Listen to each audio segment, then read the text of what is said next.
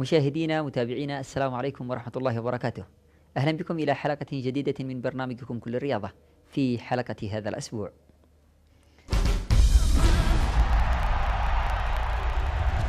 قطر تخطف لقب خليجي 22 ولقب أفضل حارس.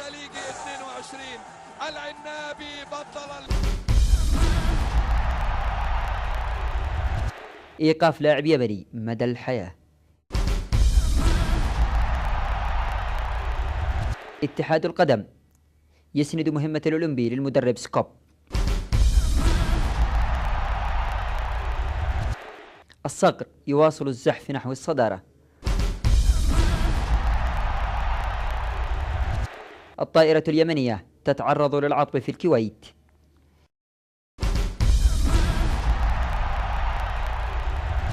المدرب العالمي أمين السنيني يتحدث عن رحلة المنتخب في خليج الرياض.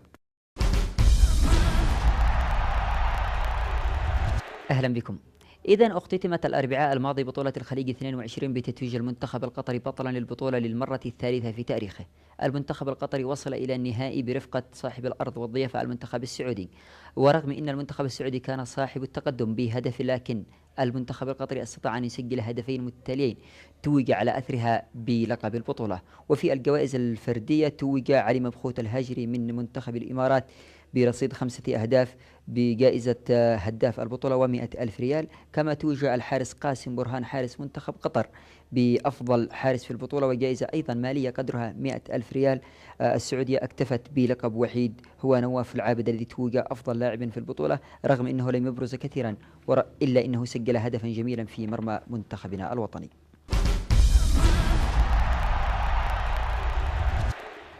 أقرت لجنة المسابقات بالاتحاد العام لكرة القدم في اجتماعها الأخير قبل انطلاق الجولة 11 من الدوري العام لكرة القدم إيقاف اللاعب محمد قشاش لاعب أهلي صنعاء مدى الحياة وشطبه من كشوفات سجلات الاتحاد إثر اعتدائه على الحكم هيثم الوليدي في مباراة فريق أهلي صنعاء مع وحدة عدن. العقوبة بحسب متابعين كانت جيدة ولكنها قاسية جدا، وكان يفترض أن تكون عامين إلى 3. أما الشطب مدى الحياة فمعناه تدمير مستقبل هذا اللاعب. العقوبة لم تكن للاعب وحده، بل شملت أيضا رامي العثماني ب3 مباريات، واللاعب محمد باريويس 5 مباريات.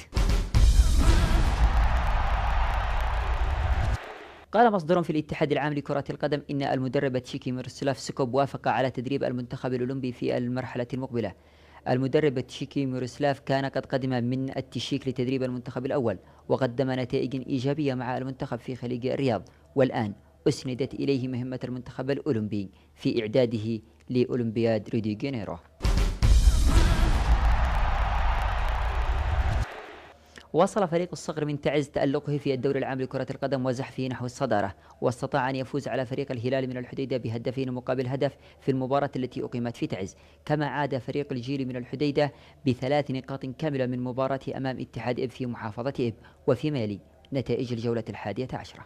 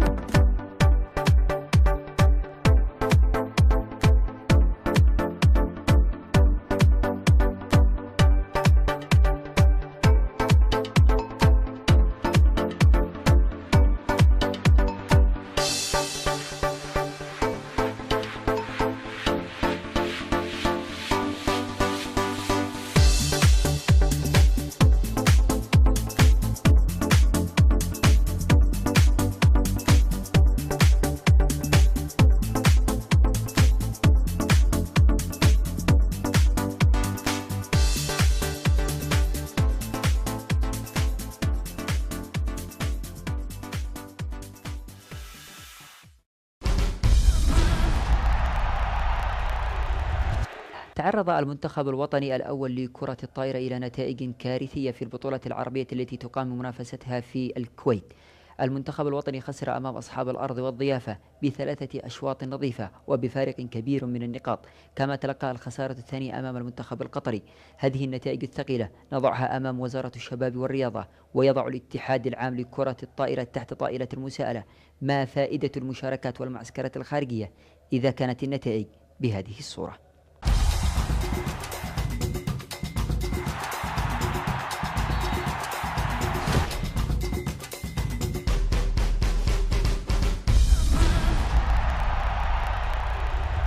المشاهدين الكرام، أهلا بكم من جديد. في حلقة هذا الأسبوع سرني أن أستضيف شخصية ارتبط اسمها بالفرح، مهندس إنجاز العالمية الكابتن أمين السنيني، قائد المنتخب الوطني في الإنجاز الأخير ونقطتين في كأس الخليج. كابتن أمين، أهلا وسهلا. أهلا وسهلا فيك أخ ماجد، شكرا لك على المقدمة الجميلة، وأحييك وأحيي السادة المشاهدين. أستاذ أمين، دائما ربما الناس حينما يذكروا أمين السنيني يذكر بالعالمية والإنجازات، وحتى حينما جيت إلى المنتخب رغم أنه بعض الإعلام كان ينتقدك لكن كل الجماهير كان بتشجعك. بسم الله الرحمن الرحيم. طبعا ما حدث يعني من نجاح خلال المرحلة السابقة فيما يخص منتخب الأمل كما أطلق عليه، وبطولة آسيا والصعود لنهاية كأس العالم، كان بفضل من الله سبحانه وتعالى وجميع الأخوة العاملين في ذلك الوقت، ولا زالت آثاره الطيبة حتى الآن. يعني أتمنى في كل مرة يعني يشارك فيها منتخبات سواء كان من الناشئين الناشئين أو الشباب يعني يتكرر نفس الإنجاز، وكان أقربها يمكن المنتخب الشباب السابق في ميانمار، لكن عندنا أمل أيضا أنه إن شاء الله في المرات السابقة تحقق إنجازات أفضل على مستوى الفئات العمرية، خاصة أنه اليمن معروفة بمواهبها في هذا العمر بالتحديد. فيما يخص الانتقاد اللي ذكرته في بداية إعدادنا خليجي 22، أعتقد هذا شيء طبيعي يعني، وإن كان في بعض الأوقات يكون فيه مبالغ، يعني قد يكون مبالغ فيه أو في وجهة نظر الشخصية أحيانا، لكن احنا متعودين على مثل هذه الانتقادات. لكن الحمد لله يعني الأمور سارت بشكل طيب، والمنتخب حقق إنجاز يعني كبير يعني خلال البطولة، سواء على مستوى الأداء وحتى على مستوى النتائج. أستاذ، بالنسبة لأنه أنت التزمت الصمت، ماذا نستطيع أن نفسر التزام الصمت، عدم الرد على كل الانتقادات؟ هل هو تعود أم أنه هذه ظروف المرحلة؟ تقدر تقول أنها خليط من الشيئين يعني أساسا احنا يعني كمدربين بشكل عام عملنا يفترض أن يكون أكثر تركيزا من خلال الملعب. إذا ما يعني حاولنا الرد على كل يعني انتقاد أو حتى على كل تساؤل، كده حيكون في عبء كبير على المدرب، يعني إضافة إلى عمل بجانب التدريب. وفي الأخير احنا يجب أن نتقبل كل الانتقادات ونأخذ منها ما هو جيد، ونحاول أن يعني نستفيد منه سواء في عملنا يعني العملي أو حتى على مستوى الاختيارات بالنسبة لقوائم المنتخب. كان هناك 6 من الوحدة، والناس قالوا ليس 6 و7، ليس 7 من الوحدة لأنه الفريق اللي تدربه، لكن القرشي حينما سجل الهدف أمام الكويت ربما خفف شوي. لا بالعكس، احنا يعني اختيارات اللاعبين كان في يعني نزول ميداني بالنسبه للجهاز الفني كامل، المدير الفني بالنسبه للمنتخب حتى قبل يعني تكوين الجهاز بشكل كامل نزل يعني مجهز بعض المباريات، وكان في لقاءات لنا مستمره يعني حتى قبل اعلان القائمه يعني الاول للمنتخب اللي كان تقريبا ب60 اسم، كان في يعني لقاء مع الجهاز الفني كامل، سكوب ومدرب اللياقه ومدرب الحراس يعني، وكان في اتفاق على كل الاسماء سواء كان لاعب يروح وحده او غير وحده يعني. يا كابتن، البعض يقول انه كان خلال الفترة السابقة تستلموا قوائم جاهزة، وانت ربما اشتغلت مع كثير من المدربين، صحيح هذه تحدث؟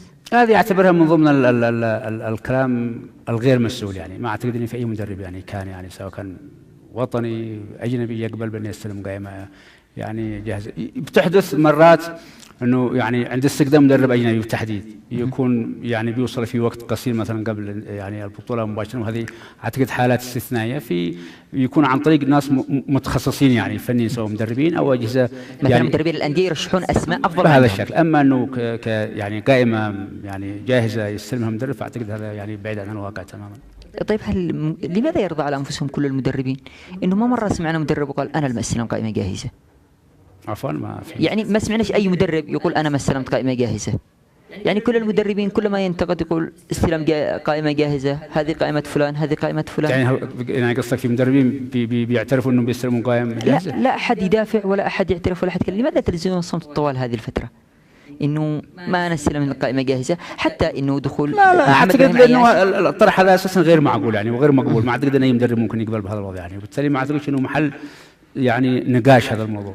يعني في الاخير انت كمدرب تتحمل مسؤوليه هذا العمل، سواء كان فيما يخص استلام القائمه او حتى فيما يخص الاداء والنتائج، وبالتالي لابد ان تكون على قدر المسؤوليه وتتحمل كامل المسؤوليه. من غير المنطق انه انت تتحمل مسؤوليه يعني منتخب او حتى فريق القائمه ليست قائمتك. القائمه ليست قائمتك يعني. فاعتقد هذا الطرح مبالغ فيه وغير مسؤول وغير منطقي على الاطلاق يعني، وبالتالي ما اعتقدش انه في اي مدرب مضطر انه يرد على مثل هذا التساؤل.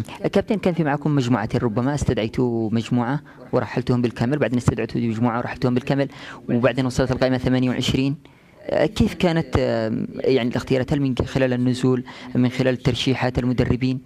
أنا لأن القائمة كانت كبيرة مثل ما ذكرت لك يعني، هو احنا كنا حريصين في البداية على يعني استيعاب أكبر عدد ممكن من اللاعبين. الاختيار كان أولا من خلال نزول لمشاهدة بعض المباريات. احنا طبعا الكل يعرف أنه الدوري بدأ في مرحلة مبكرة، وأعتقد هذه إيجابية تحسب لاتحاد كرة القدم أنه بدأ الدوري في وقت مبكر، وبالتالي ساعدنا يعني بالنزول إلى الملعب ومشاهدة معظم مباريات المرحلة من الدوري العام. هذا من ناحية. من ناحية ثانية تابعنا مباريات المنتخب السابقة، سواء كان على مستوى التصفيات الآسيوية أو حتى على مستوى كأس الخليج السابق، وتم ترشيح معظم اللاعبين اللي كانوا مشاركين في هذه البطولة. تم استدعاء عدد أكبر يعني تقريبا في حدود من 60 إلى 70 لاعب. طبعا كان من الصعوبة بمكان استدعاء كل اللاعبين في نفس الوقت ك70 لاعب، يعني هيكون في عبء كبير وصعب استيعابهم. طبعا حرصنا أن يكون في اختبارات أولية بالنسبة للمجموعة كامل، فتم استدعاء 30 لاعب كمجموعة أولى وعمل اختبارات يعني بدنيه كانت بدرجه اساسيه. وفي المرحله الثانيه تم استدعاء المجموعه الاخيره اللي تقريبا 30 لاعب، وبالمحصله تم اختيار من خلال الاختبارات اللي عملناها اللاعبين، وايضا من خلال نزولنا للملعب تم اختيار القائمه الاول اللي كانت 28 لاعب، الذي تقلصت في الاخير الى 23 لاعب اللي شاركوا في النهائي. كان في معسكر خارجي ومباراه وديه ربما تنشيطيه مع الاولمبي الماليزي، مباراه وديه رسميه مع المنتخب الاندونيسي. النتائج كانت جيدة، جعلنا كلنا نقول إنه هذا المنتخب ممكن يعمل شيء. عززتها بتعادلين يعني كبيرين مع العراق والكويت.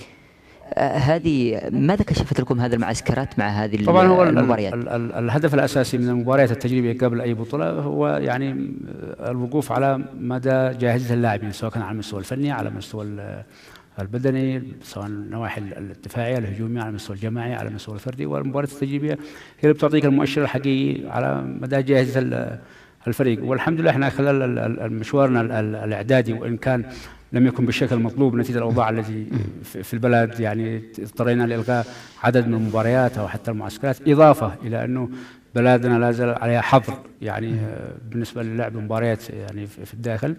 أقول أنه المباريات التجربة اللي خضناها كانت على مستوى النتائج وحتى على مستوى الأداء تصاعدية بشكل ملحوظ. اللاعبين يعني اختبروا كلهم تقريبا. احنا لعبنا تقريبا 5 مباريات بالتحديد، مباراة ماليزيا واندونيسيا، إضافة إلى 3 مباريات الأخيرة مع كل من المنتخب الكويتي والعراقي والعماني بالترتيب 5 مباريات. الحمد لله كما ذكرت يعني تم اختبار كل اللاعبين، وقدرنا من خلال 5 مباريات الوصول بالتشكيلة المثالية اللي خضنا بها بطولة خليجي 22. وكانت المباراة التجريبية مؤشر حقيقي انه الفريق بيمشي بشكل تصاعدي، وبالفعل يعني كان النتيجة الأداء اللي قدمه اللاعبين من خلال بطولة خليجي 22. استبعاد بعض اللاعبين ربما لأسباب كانت غير مقنعة بالنسبة للشارع الرياضي، ربما يعرفها القليل، بس انه مثلا احد اللاعبين سين لم يكن جاد في التمارين، سين كان وزنه زائد لكنه كان ممكن يؤدي أكثر. كنتم مقتنعين بالبديل ولا أنه تشتوا كل شيء ينضبط؟ هذه قد تكون معلومات يعني وصلتك أنت، لكن احنا الآن بصدد يعني عمل تقرير تقييمي لكل اللاعبين المستبعدين أو المتواجدين على مستوى البطولة بشكل عام، وبالتالي لا ندخل في تفاصيل يعني سين أو صاد من اللاعبين، لكن أستطيع القول يعني بكل تأكيد أنه عملية الاستبعاد كلها كانت فنية بحتة، لا يوجد أي يعني شيء غير ذلك. كابتن، يقال كابتن أمين السنيني شوية يعني يضبطهم كثير اللاعبين، يتعبهم في التمارين اللياقة، لكن شاهدنا اللاعبين يؤدوا 90 دقيقة بمستوى جيد أفضل من المشاركات السابقة. هل إنه التمارين التي كانت جادة شوية أتت ثمارها؟ لا، هو للتوضيح يعني احنا الآن كجهاز فني متكامل للمنتخب يوجد شخص يعني مدرب متخصص للياقه البدنيه ومدرب للحراس، اضافه الى المدير الفني. وانا إيه بس يقال الكابتن أمين أهم شيء عنده، يعني أهم وحدة عنده في التدريب هي وحدة هي تدريب شوف اللياقة. هو لا انت يعني صعب انك تقول انه اهم شيء اللياقه البدنيه، هي لابد ما يكون في توازن فني. هذا كلام يا أستاذ يقال، أنا لم أقول أنا. اوكي يعني احنا تكلمنا في البدايه على انتقادات يعني قد تكون صحيحه وانتقادات قد تكون مبالغ فيها. للناس الحق يقولوا ما يريدوا، واحنا يعني برضو لنا الحق ان نتعامل مع الوضعيه بالشكل اللي نريده اللي نشوفه يعني مناسب يعني. لكن اقول انه الحمد لله يعني العمل كان متوازن سواء فني وبدني، وظهر ذلك واضح على اداء اللاعبين يعني في المباراة. وكما قلت واكرر انه ايضا الجهاز الفني الحالي جهاز متعاون، جهاز متخصص، كل شخص في مجال عمله. لدينا مدرب الحراس ولدينا مدرب اللياقه، وايضا كل المجموعه. ايضا لابد من الاشاره الى باقي المجموعه المتواجد معنا كالكابتن جمال الخوربي مدير المنتخب، الكابتن عبد الرقيب العديني اداري المنتخب، الدكتور طلال الاخصائي العلاج الطبيعي عبد السلام، هذا كلهم مجموعه متكامله، وعملنا كلنا كفريق عمل واحد يعني. الحمد لله قدرنا الوصول بالفريق الى ما وصل اليه يعني حاليا بفضل من الله سبحانه وتعالى اولا وتعاون الجميع. كابتن ماذا بعد دورة الخليج؟ يعني هل سيستمر الجهاز الفني كوحدة كما سمعنا، ولا راح يعني البعض والبعض لا؟ أسمعك الإجابة ولكن بعد هذا الفاصل. مشاهدي الكرام، فاصل أول في هذه الحلقة ومن ثم نعود. أهلا بكم مشاهدي الكرام من جديد، وبضيفي الكابتن أمين السني صانع الفرح الأول في اليمن. كابتن أمين، كنت قد طرحت عليك سؤال قبل الفاصل انه راح انتهت المشاركه وامامنا اقرب تصفيات ربما في شهر نوفمبر العام المقبل، اللي هي تصفيه كاس العالم 2018. اعتقد قبلها حيكون يمكن 6 تصفيات المناسبه. على العموم فيما يخص الشق الاول من السؤال مستقبل المنتخب، يعني هناك في تساؤل كبير على مستوى الشارع وحتى على مستوى يعني الاعلام يعني عن مصير او عن مستقبل المنتخب بالتحديد. اعتقد يعني لن ادخل في تفاصيل لانه هذه اعتقد يجب ان تطرح للقائمين في الاخوه في اتحاد كره القدم، لكن انا اقول من خلال ما يعني تابعناه ومن خلال ما حصل من المرحله السابقه، هناك توجه من جهه اتحاد كره القدم مثل بالشيخ احمد صالح رئيس الاتحاد على مواصله اعداد المنتخب بشكل منتظم، وهذا ما يعني طرحوا للاعبين بعد اخر مباراه ان هناك سيكون يعني برنامج متكامل للمنتخب الاول يعني دون انقطاع. ايضا هناك مشاركه المنتخب الاولمبي يعني قريبا اللي حتكون تقريبا صحيح في شهر 3 المؤهله للاولمبياد ريو دي جانيرو. واعتقد ان هناك ايضا الان تكليف الجهاز بالكامل بالاشراف على المنتخب الاولمبي، وقد بدانا خطوات يعني الاعداد بالنسبه لهذا المنتخب. هناك ايضا برنامج ايضا مرفوع للاخوان في جهاز الاتحاد على اساس قراره نهائيا. في ايضا بدء يعني اعداد قائمه اوليه للمنتخب، وان شاء الله يعني الامور تسير بشكل افضل يعني في المرحله القادمه. استاذ، البعض يقول انه طبيعي انه يلعب منتخب الشباب المنتخب الاول، المنتخب الاولمبي المنتخب الاول. كيف سيعود المنتخب الاول ليلعب منتخب اولمبي؟ لا هو معروف انه المنتخب الاولمبي انت في الاخير محدد باعمار معينه يعني. صحيح. من مواليد 92 اعتقد هم اللي يعني مسموح لهم المشاركه يعني في المنتخب الاولمبي. عندنا في المنتخب الاول تقريبا من 10 الى 13 لاعب اليوم يعني ايضا يعني عبد الواسع المطري وليد الحبيشي ونفس هذه المجموعه. مجموعه من هذه الاسماء اضافه الى اخرين يعني. اضافه سيضاف لهم مجموعه من منتخب الشباب اللي شاركوا مؤخرا في ميانمار. المنتخب الشباب كان عنده عناصر جيده، اعتقد ايضا سيكونوا ضمن هذا المنتخب، اضافه الى عدد من اللاعبين يمكن ان يختاروا من خلال الدوري يعني. كل هذا راح يكونوا مجموعات في حدود قائمه ممكن تصل الى 40 اسم، في الاخير ممكن يقلص العدد الى العدد المطلوب قبل البطوله. طيب بالنسبه لعناصر المنتخب الاول اللي سيكون معهم اعداد مستمر كيف؟ انا كما ذكرت انه يعني هذه امور تفصيليه يعني نتركها للاخوان يعني بعد يقرر البرنامج، لكن هناك ايضا برنامج متوازي مع المنتخب الاولمبي ايضا للمنتخب الاول. يعني ما ياثرش على سير عملكم في الفريقين ان شاء الله ما يكون. كابتن، مباراه البحرين الاولى يعني هي الذي غيرت ربما حتى وجهة النظر، يعني جماهير جت بالآلاف ولاعبين أدوا كل ما عليهم وأفضل ما كنا نتوقع. أنتم كيف تلقيتوا هذا الخبر؟ كيف شفتوا الأجواء وأنتم في الملعب؟ وأنا كما قلت إنه إحنا الحمد لله من خلال يعني مسيرة الإعداد والمباريات التجربة بالتحديد كان هناك نوع من الاطمئنان والتفاؤل بتقديم مستوى جيد، إضافة إلى أجواء البطولة أيضا تخلق حافز للاعبين. لا يمكن أن ننسى الدور اللي قدمه الجمهور يعني من خلال تواجدهم في المباراة، حتى من المباراة الأولى كان في حضور مميز للجمهور اليمني اللي من خلال هذا البرنامج بنتوجه لهم بالشكر يعني الكبير لمناصرتهم للمنتخب بلدهم ووقوفهم من اجل المنتخب، وكانوا يعني محط يعني اعجاب كل المتابعين. يلحقوكم للمطعم للملعب في كل مكان، فكانوا هم يعني احنا نقول دائما ان الجمهور اللاعب رقم 12، لكن في البطوله هذه اثبتوا فعلا انهم اللاعب رقم 1. يعني العوامل كانت كثيره مساعده، اضافه انه القائمه والتشكيله يعني بدانا في المباراه كانت تشكيله متوازنه، مجموعه من الشباب والخبره، كل هذا يعني قدموا يعني ساهموا في اخراج المباراه وتقديم الفريق المستوى اللي شاهده الجميع من مباراة قطر الثانية ربما كان المستوى الفني فيها أفضل من المباراة الأولى، ولكن الشارع قال إنه مباراة البحرين كانت الأقوى. برأيك إيه هي المباراة اللي كانت أفضل بالنسبة لأداء اللاعبين فنيا؟ ما في شك كل مباراة تعتبر بالنسبة لنا يعني مميزة بالنسبة، لكن طبيعي إنه يعني أنت عندما تدخل أي بطولة البداية هي مهمة جدا بالنسبة لك. ما ساعد اللاعبين على الظهور في المباراة الثانية بشكل أفضل هو أدائهم الجيد. يعني المباراة الأولى أعطاهم ثقة، كسبوا مزيد من الثقة، الجمهور أيضا تواجد هناك، أيضا أصبح حافز عند اللاعب إنه بالإمكان تقديم أفضل يعني. وبالفعل يعني منتخبنا نقدر نقول إنه قدم أداء يعني قوي جدا، يمكن يعني في الجانب الدفاعي كان الأفضل على اعتبار إنه ما سجلش فينا أي هدف خلال المباراتين. الجانب الهجومي كان أقل نسبيا من الجانب الدفاعي، ولكن أعتقد إنه في المحصلة إحنا نقدر نقول إنه الأداء بشكل عام كان جيد.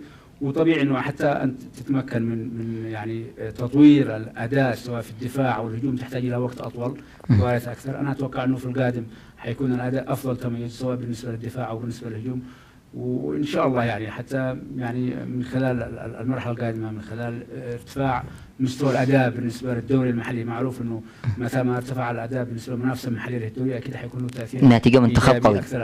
كابتن خلينا شويه بس في الامور الفنيه.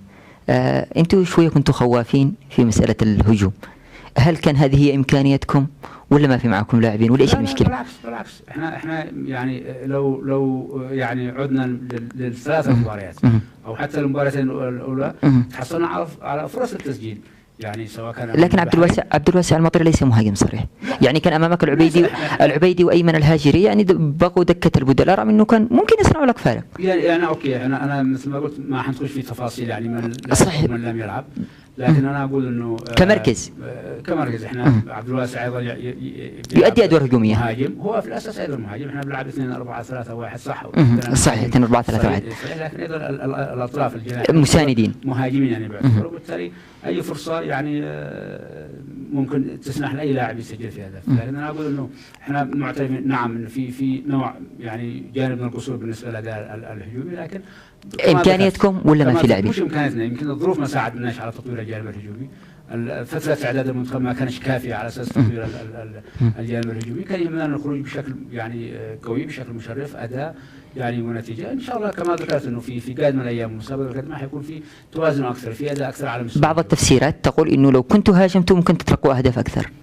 هي كلها اجتهادات. صحيح. يعني في الاخير انت لا يمكن يعني تبني ادائك او طريقه لعبك بناء على اجتهادات، انه لو دافعت ممكن تترك او ممكن كذا. لكن انا اقول لك انه في الاساس الاداء باداء يعني اللعب يعني اداء توازني سواء في الهجوم وفي هو كان دائما هو الخيار المطروح امامنا يعني. وبالتالي فعلا لم يسجل فينا هدف وسنحت لنا فرصه التسجيل. انا اقول يمكن قله خبره اللاعبين، الضغط اللي كان موجود عليهم ما يعني وحتى اسماء المنافسين التي امامهم يعني لو بتشاهد انه لو مثل ما تابعنا الجميع انه النهائي كان بين قطر والسعوديه اللي قابلناهم. السعوديه اللي قابلناهم يعني. حتى اللي كان بيروحوا انه مجموعتنا هي الاضعف، اكيد هذا كلام مش صحيح يعني، كلام خاطئ. ومجموعتنا هي الاقوى اثبتت يعني عمليا يعني بوصول فريقين للنهائي، بالتاكيد هذا يؤكد انه مجموعتها كانت الاقوى، والفرق اللي قابلناها هي الفرق الاقوى. خليجي 20 و21 و22 من نقابلهم ويصعدوا من مجموعتنا يصلوا للنهائي. صعبه شوي يعني حظوظ يعني. انا اقول ان ايضا الشيء الاكيد انه يعني احنا حتى اخر مرحله الجوله الثالثه ولدينا فرصه للتاهل. يمكن هذه المره الاولى يعني يكون فيها المنتخب اليمني متواجد في البطوله الخليجيه ويكون عنده الحضور للتاهل الدور الثاني. هذه بحد ذاتها اعتقد انها ايجابيه كبيره ونجاح كبير. ويمكن ايضا من سوء حظنا احنا قابلنا الفريق السعودي في المباراه الاخيره الثالثه. صحيح. يمكن ما صعب الامور على لاعبينا، لكن اقول الحمد لله يعني اللاعبين قدموا مستوى طيب واداء طيب. الكل تابع المباريات وكان راضي رغم الخساره. نعم. كابتن، الإعلام السعودي نشر أنه اللاعب محمد العبيدي رفض الخضوع لفحص المنشطات، في حين أن اللاعب يقول أنه خضع للفحص وأثبت بالأدلة الدامغة. أنتم كجهاز فني أبلغتم بشيء من هذا الكلام؟ هو طبعا أنت يمكن سألت وجاوبت نفس الكلام، هذا الصح يعني. أيهما الصح، الإعلام السعودي ولا اللاعب؟ اللاعب طبعا. اللاعب على صح. أنت بتقول إنه اللاعب أثبت بالوثائق، ولكن الإعلام السعودي يقول إنه لم يخضع. ما أنا بقول يعني الإعلام له يعني حرية في القول، ما يعني اللي يشتري. ما هي الحقيقة؟ الحقيقة اللاعب يتكلم عليه أنه فعلا قدم وثائق، وكان في فحص طبي، وكان متواجد مع طبيب المنتخب يعني بعد المباراة مباشرة، وذهبوا لعمل الفحص الطبي وما في شيء مشكلة. بعد مباراة قطر؟ بعد مباراة السعودية. يعني خلاص قد انتهى، ما عاد كان انتهى وما عاد كل في مجال حتى تصحيح الوضع. يعني اليوم الثاني مباشرة سافرنا يعني. يعني لم يكن يهمكم بعدها لأنه خلاص. ما عاد كان يعني بالمهم يعني. هو فقط الأشياء اللي تأسف إنه إعلام بحجم يعني دولة يعني المملكة العربية السعودية، الصحيفات تتناول شيء يعني أو موضوع بهذا الخصوص، وحتى دون أن تتحرى الدقة يعني. حتى لو فرضنا انه تسربت لهم معلومات غلط، الان يفترض انه يكون في تصحيح لهذه العتب على اعلامنا المحلي انه على الاقل المتواجدين هناك يعني يردون. هذا جانب اخر، لكن اتوقع انه يكون في رد يعني. كابتن، دربت في الفئات العمريه ودربت في الكبار، ماذا تبقى من ذكريات الفئات العمريه؟ كل شيء جميل، كل شيء جميل موجود يعني. والدليل انه الى الان لا زال الناس يتذكروا يعني منتخب الامال ومبارياتهم وتاهل لكاس العالم يعني. تتمنى تكرر التجربة مع الفئات العمرية ولا مع الكبار؟ والله مع الاثنين، ليش لا يعني. ما فيش حاجة صعبة يعني، ما دام يعني متى ما كان في عمل وفي اجتهاد في تخطيط وفي رؤى منهجية يعني بشكل يعني واضح المعلم، مش صعب. ما الذي نحتاجه علشان الأولمبي ممكن يروح ولا المنتخب في تصفية آسيا يروح؟ لأن أنت تعرف التصفيات المقبلة 24 فريق، لأن يكون 16 يعني ستكون فرصتنا أكثر بكثير. أتمنى أنه يكون في استفادة من الدروس الماضية، استفادة من التجارب السابقة، لا نبدأ دائما من الصفر. يكون في هناك يعني برامج يعني وتفاعل بشكل صحيح، إعداد بشكل جيد لكل المنتخبات. وأعتقد أنه بلدنا ليست يعني فقيرة بالمواهب بالملاعب باللاعبين، عندنا مواهب كبيرة على مستوى الفئات العمرية وحتى على مستوى المنتخب الأول. وشاهدنا في البطولة الأخيرة كيف الناس يعجبوا بأداء لاعبين مثل وليد الحبيشي، مثل عبد الواسع المطري، فؤاد العميسي، محمد ابراهيم، والحيفي، كل اللاعبين مثلا ما احبش اذكر اسماء، لكن هذه الاسماء اللي كانت اكثر صحيح يعني تداول. لكن انا بقول انه عندنا فرصه كبيره انه نبني مستقبل جديد للكره اليمنيه، يعني يشرف كل يمني ويفتخر في كل يمني، بدل من النتائج اللي كانت دائما مخيبه للامال في البطولات السابقه، سواء كان على مستوى الخليج وحتى على مستوى اسيا. ما الذي تحتاجه من الاتحاد الكره من وزاره الشباب والرياضه علشان تنفذ هذه البرامج؟ اعتقد انه كل جهه لديها يعني ما يخصها يعني من جوانب يعني غير الماليه مثلا.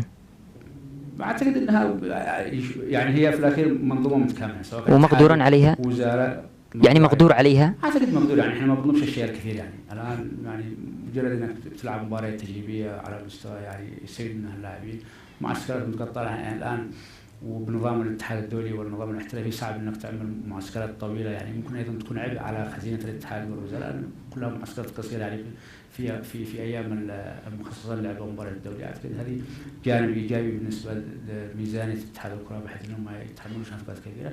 فقط زي ما ذكرت انه محاوله الاعداد المبكر والمستمر هي اللي ممكن تساعد اي جهاز فني في تطوير اداء المنتخب. نتمنى لكم التوفيق يا كابتن. الاسبوع الاول كان منصور الدبعي جالس مكانك صحفي حبوب، قال يعني نتمنى انه تنقل مباريات المنتخب في حال استمرار الحظر الى المملكه العربيه السعوديه، توافق الراي؟ عشان الجماهير كانت حلوه. كل الدول العربيه كنا لها يعني كل الحب والتقدير. احنا لعبنا في مره سابقه في العين، ومرات ايضا في قطر، وجدنا كل ترحاب من المسؤولين يعني ومن القيادات الموجوده في الدول هذه، لكن ما شاهدناها المره هذه في الجمهور. هذه من الجمهور. اعتقد بيعطينا فعلا انه لابد نرد لهم يعني هذا اللي يكون يعني اوفياء معهم يعني. فعلا اعتقد انه ما حدث من الجمهور او مساندة اللاعبين بالتحديد او مساندة المنتخب في البطوله السابقه فعلا يعيد يعني ممكن نعيد النظر في انه فعلا تتحول المباريات الى المملكه السعوديه، حتى على الاقل نكرم هذا الجمهور الذي دعم المنتخب الشيخ، والذي اعتبر انه دور كبير فيما قدمه المنتخب. يا شكرا للمنتخب انه وحد كل اليمنيين وانسانا الخلافات السياسيه. اكيد يعني بنشكر المنتخب، بنشكر كل من يعني نشكر اللاعبين فرد يعني ويعني ونشكر ايضا من ساهم في بناء يعني ورسم هذه اللوحه اليمينيه وهذا يعني المتعه اللي استمتع بها الجميع، سواء من جمهور او من قيادات يعني على مستوى الدولة. فخامة الأخ رئيس الجمهورية أيضا تابع يعني مباراة المنتخب واتصل يعني للمنتخب بعد المباراة الأولى وحتى بعد المباراة الثانية، وهنأ اللاعبين. الأخ رئيس الوزراء كان ببروزه يعني على مستوى الإعلام وظهوره بزي تيشيرت المنتخب كان له يعني مردود إيجابي على اللاعبين للأمانة. يعني وقوف الأخ وزير الشباب والرياضة الأستاذ رأفت بجانب اللاعبين وتواجدوا معهم من بداية البطولة كان له أيضا تأثير كبير. لا يمكن أن ننسى أيضا دور اتحاد كرة القدم برئاسة الشيخ حميد صالح العيسي وكل أفراد وأعضاء اتحاد القدم كان لهم أيضا أدوار مساندة يعني ورئيسية في إعداد المنتخب وتجهيزه بهذا الشيء. أستاذ أمين، أنا أشكرك جدا، أشكر حضورك إلى هذا المكان. أتمنى نلتقي في مرات قادمة. إذا كان من كلمة أخيرة أتركها لك. وطبعا لا ننسى أن نشكر كل من ساهم في إعداد المنتخب. أشكر مرة ثانية وثالثة ورابعة الجمهور الكبير سواء خارج اليمن أو داخل. نحن حتى أشدنا من الجمهور الذي حضر المباريات يعني في الرياض، وأيضا لابد ما نشكر كل الجمهور الذي حضر استقبال المنتخب. كان هناك يعني جمهور عريض حضر يعني المطار وحتى يعني طول طريق المطار يعني من المطار إلى فندق كان في جماهير كبيرة. استقبال مرة ثانية. استقبال يعني اللاعبين فلهم جزيل الشكر. استقبال 2002 واستقبال. الحمد لله. شكرا جزيلا كابتن أمين. مشاهدي الكرام، لا يسعني في ختام هذه الحلقة إلا أن أشكر ضيفي الرائع الأستاذ الكابتن أمين السنيني الذي شرفني بالحضور هنا في هذا الاستوديو، ربما من أهم الشخصيات التي استضفتها طوال مشواري. أتمنى لكم كل التوفيق. ألقاكم في حلقة الأسبوع المقبل. حتى ذلكم الحين نبقى مع مشاهد من تكريم المنتخب القطري الفائز ببطولة خليجية 22. السلام عليكم ورحمة الله وبركاته. شكرا جزيلا كابتن.